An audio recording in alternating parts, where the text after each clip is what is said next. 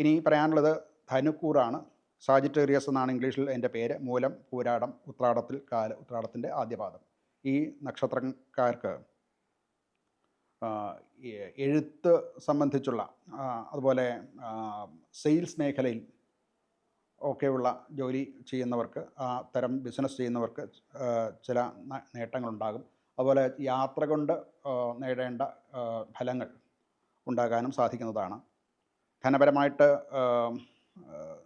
സ്ഥിരമായിട്ടുള്ള വരുമാനം ഉണ്ടാകും, സ്ഥിരമായിട്ടുള്ള ലാഭവും പ്രതീക്ഷിക്കാം. എന്നാൽ വലിയ സ്പെക്കുലേഷനിലേക്കൊന്നും ശ്രദ്ധിക്കേണ്ടതാണ്.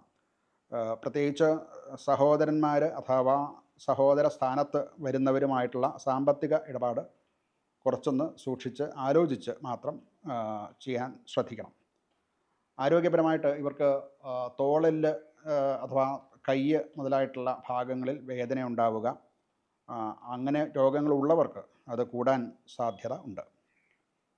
കുടുംബത്തിൽ സ്വന്തം സഹോദരന്മാരുടെ ഒരു പിന്തുണയുണ്ടാവും. കുടുംബകാര്യങ്ങളിൽ ഒന്നിച്ചുള്ള തീരുമാനങ്ങൾ എടുക്കാൻ സാധിക്കും.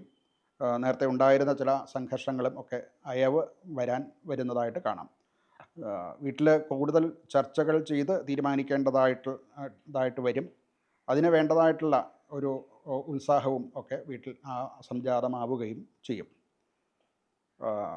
ഇവർക്ക് ഒരു പരിഹാരം എന്നുള്ള നിലയ്ക്ക് ഹനുമാൻ ഭജനം നല്ലതാണ്. ഹനുമാൻ ചാലീസ ജപിക്കുക, അതുപോലെ തന്നെ ഹനുമാൻ ക്ഷേത്ര ദർശനം, അവിടെ വെണ്ണ നിവേദ്യം, ഇതൊക്കെയും, അതോടൊപ്പം തന്നെ ശിവഭജനവും, ശിവസഹസ്രനാമം ജപിക്കുക, ശിവക്ഷേത്ര ദർശനം നടത്തുക, അവിടെ യഥാശക്തി വഴിപാട് നടത്തുക, ഇതൊക്കെയും നല്ല ഫലങ്ങൾ തരാൻ പര്യാപ്തങ്ങളാണ്.